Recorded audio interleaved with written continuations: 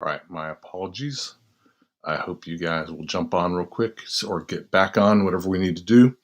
I had to just jump to a different device, and hopefully this will take care of us quickly. If you guys will come or stay on, that'd be super helpful.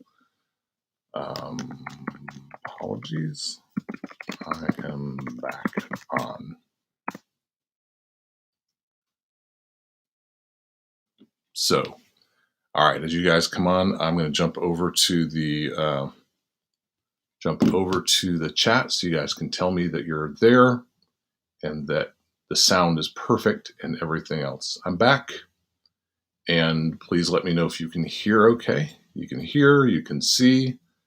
Oh, good. Okay. So I did have a computer nearby just in case my device didn't work, and that's always the danger of trying new technology. And we're just going to go with this, and my apologies. And I'm skipping. I did a really great promo for all of our emotionally healthy events. So great promo for the developing emotional intelligence event called Outsmart Your Heart, and a really great promo for the one called Healing the Heart That Keeps You Hooked. You'll just have to go read about that at the, hang on, I'll just do this really quick, at the tdacad.com/events. And you can read more about it, sign up there. Still, at the end of class tonight, I'm going to talk a little bit about some exciting things that are happening. But I do want to get into our content since it's taken me 11 minutes to get here in a way that you guys can hear me. So apologies, but what I want to talk about tonight, and I was just beginning to say ever so softly where you couldn't hear me, I was just beginning to say that it was interesting to me that this was the night that I was going to teach on mindfulness, because Tuesdays are such hectic days for us.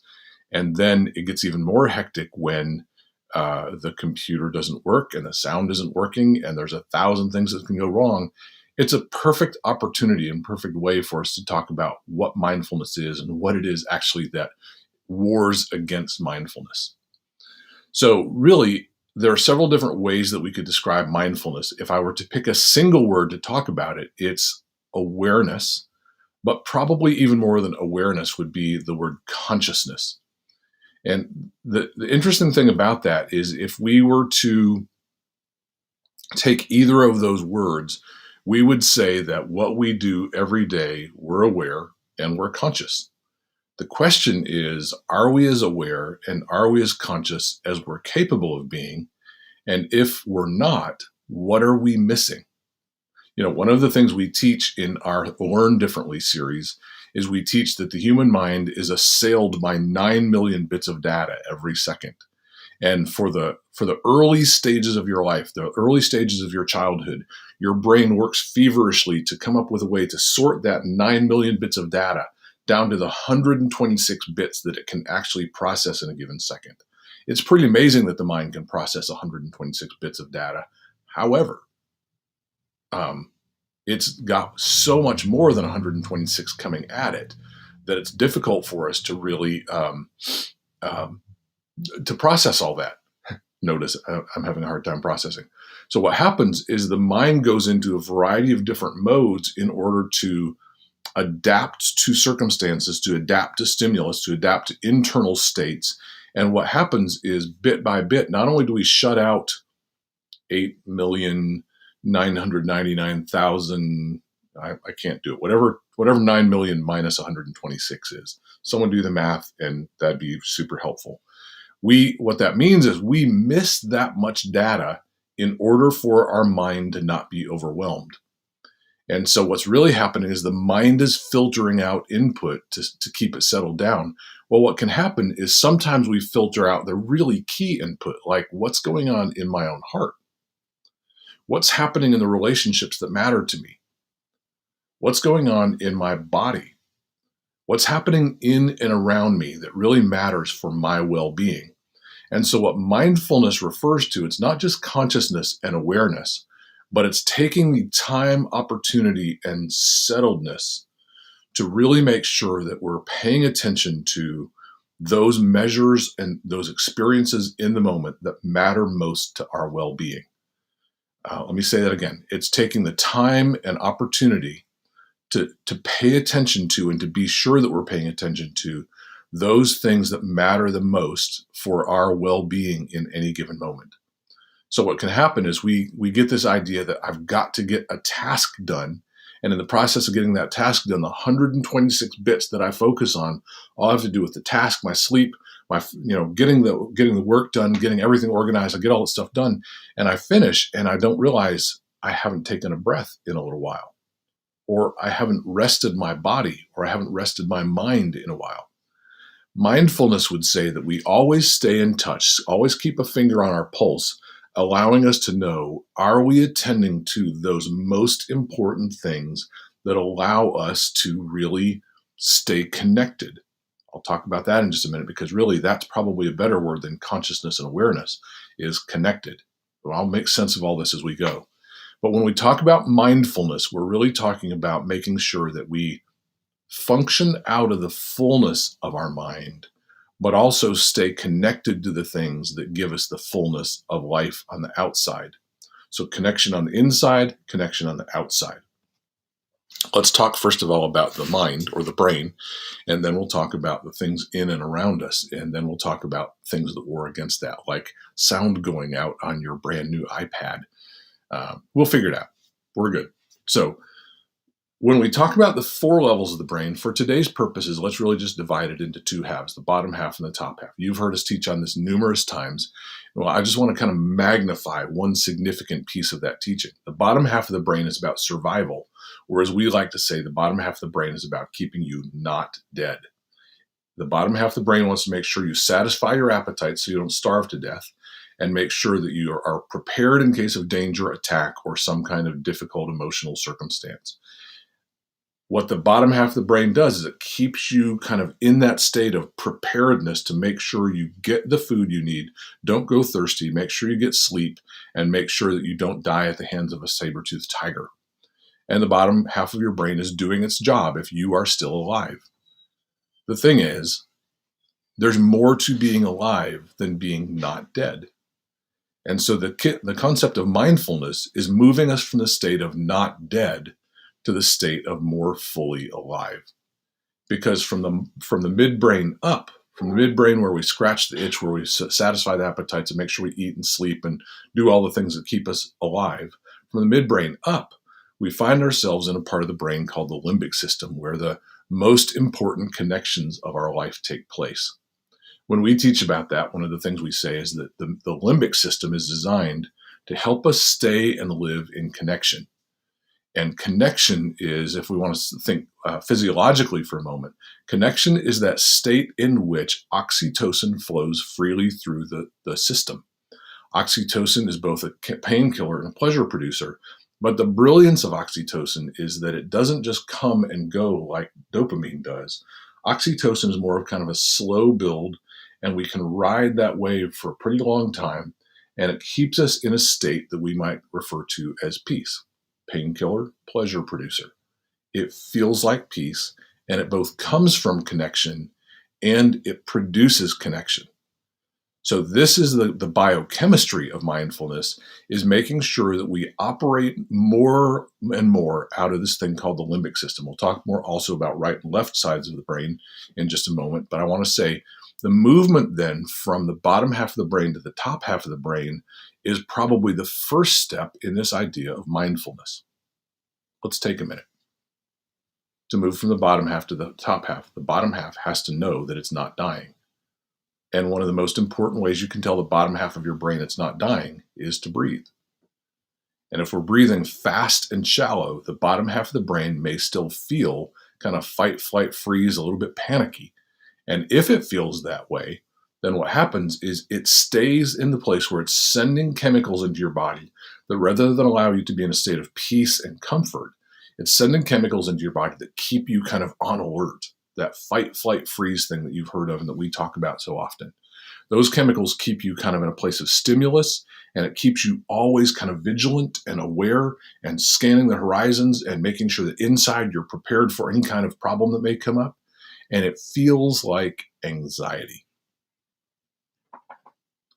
So a couple deep breaths. and changing your pace. Tells the bottom half of your brain, hey, you're going to be okay. You don't have to keep sending all that adrenaline into the system. Relax a little bit. Then what happens is we take a few moments to move not just out of the bottom half, but into the top half. And we move into the limbic system when we begin to operate in connection. One of the things we often talk about is this idea that connection to self is the primary and first most important connection, because if we're not connected to self, it's impossible for us to connect to anything else. Like a lamp that the cord is cut. Even if it's plugged in, the power can't reach the lamp because the cord is cut. If we're disconnected from self, no other connection in our life can produce the oxytocin, the sense of peace, and the sense of identity that it's designed to produce. So first we breathe deep, but then what does that mean to connect to self? To connect to self, really what we're talking about is turning to your own being and paying enough attention that you become aware of and conscious. Remember, we use the word aware and conscious. We become aware of and conscious of what's really going on inside you. But I'm breathing fast and shallow. I came in at the end of a busy day, had new technology. Technology failed me. I had to quickly punt. I could get real anxious about that and start to become, back in the bottom half of my brain. Mindfulness would say that I can take a few deep breaths, get out a different computer, turn it on, ask Margie and Mandy and Cheryl and Beth and Betty, hey, are we on? And can you hear me okay? They all give me a thumbs up, and we're good. Connect to self, and I can say, everything's going to be fine. I feel a little bit of tension in my neck and shoulders, but I can breathe and kind of stretch and roll them, relax. I feel kind of tension in my stomach, so if I breathe a little bit deeper, some of that tension will go away. And as I connect to self, I may also connect to some of the things I'm telling myself. What if they think I failed? Oh, look, they'll think he's brilliant because he got another computer out. Whatever it is I'm telling myself is also part of self-connection, paying attention to the internal dialogue that I have so that I'm not just unconsciously saying things to myself, but I can make choices about my self-talk and make choices about the ways that I engage my own soul. As I connect to myself, I'm also going to pay attention, put a finger on the pulse of my emotional state. Physically, I feel some tension. Behaviorally, I've got some problems to solve. Emotionally, I have to consider what that is and decide, what am I feeling and what do I need to do with it? And as I breathe deep, I say it and then forget to do it. As I breathe deep, turn my attention inward, connect to my own state. Now I'm in a position where I have the ability to connect to my creator. Now I turn my attention outside or inside, however you think about that. God, where are you and what are you doing and what are you saying right now?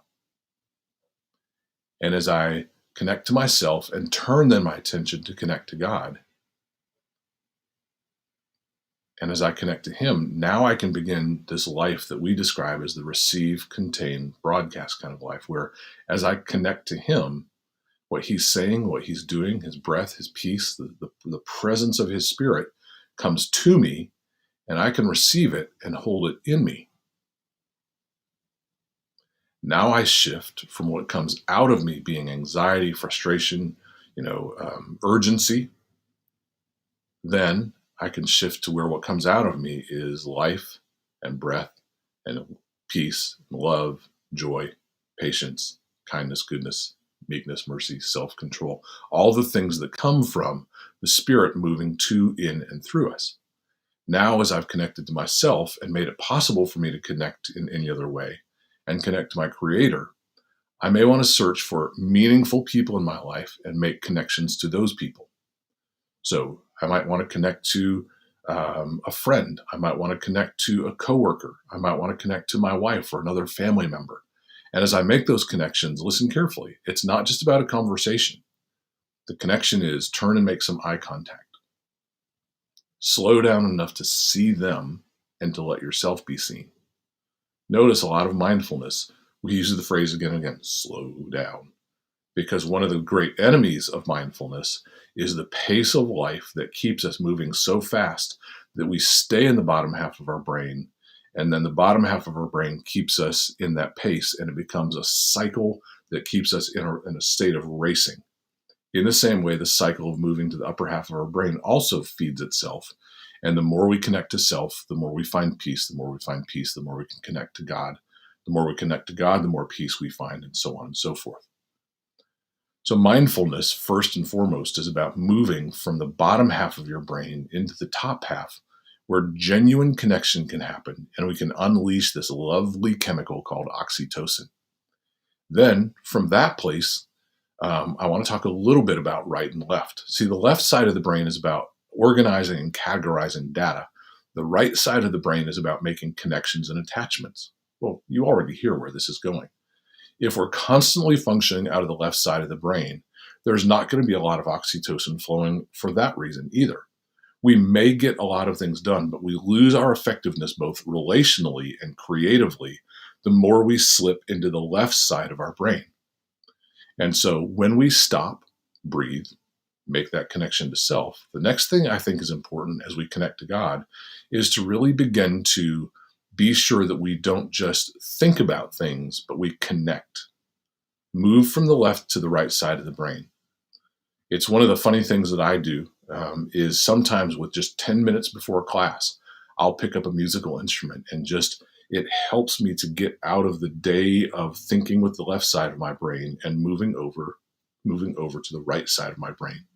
So just 5 minutes of playing a guitar, sitting at the piano for a few minutes, and just allowing my brain to connect to music, and music being a more right-brained activity, especially the way that I do it, that allows me to slip into my right brain. And now when I'm functioning in the upper half and the right hemisphere of my brain, I'm using the full function of my mind because I was already in my left brain. I was already working on tasks. When I bring my right brain to bear, now what happens is I'm becoming more full of my mind, or mindful. You with me? Okay. So let's see. Nandy says, unfortunately, my brother-in-law is a mechanical engineer. He's all left brain and doesn't know how to interact with people at all. No concept on how to connect. You know, I've done some training with engineers, and they are an interesting breed in that they are trained into their left brains.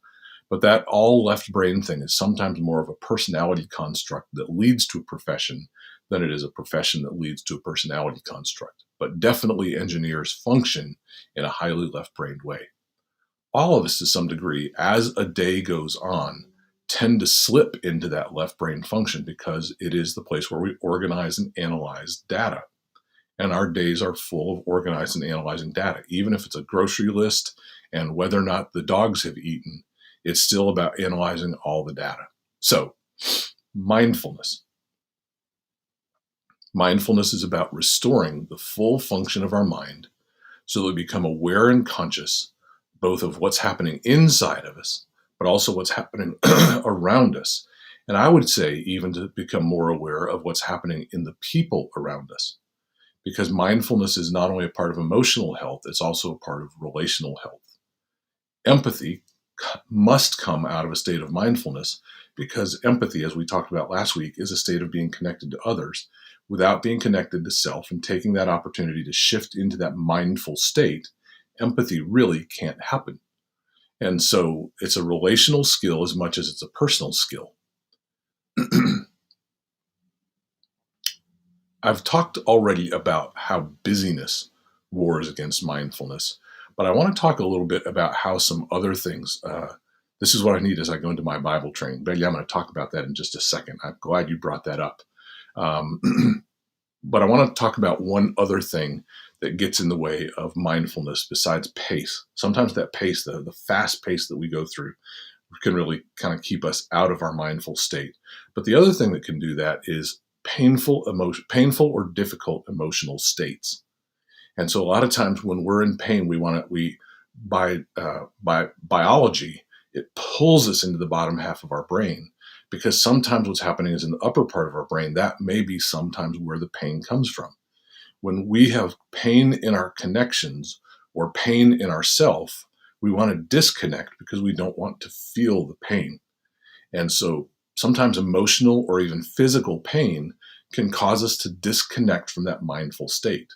The difficulty with that is, in order to heal emotional pain, it's important to be in that mindful state, because when we disconnect from it, we lose the ability to process it through in a way that brings out completion and healing.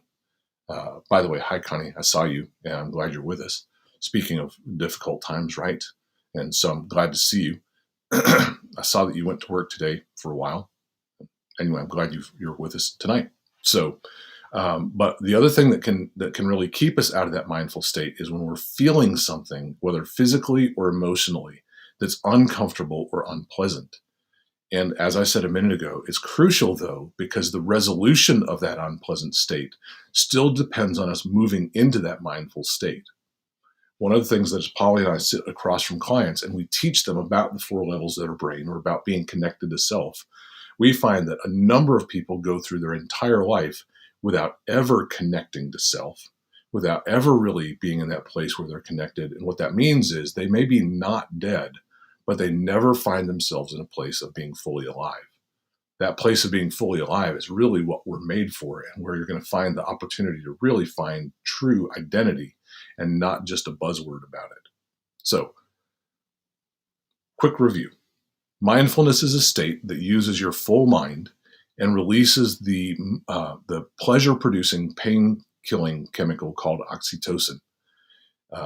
When you're in that state of mindfulness, all of the most effective chemicals flow through your mind, and it allows you to be in the most sophisticated, most problem-solving, most analytical, and most aware part of your brain, allowing us not only to find connection, but also to discover who we really are and who we're created to be, not just in theory, but in experience.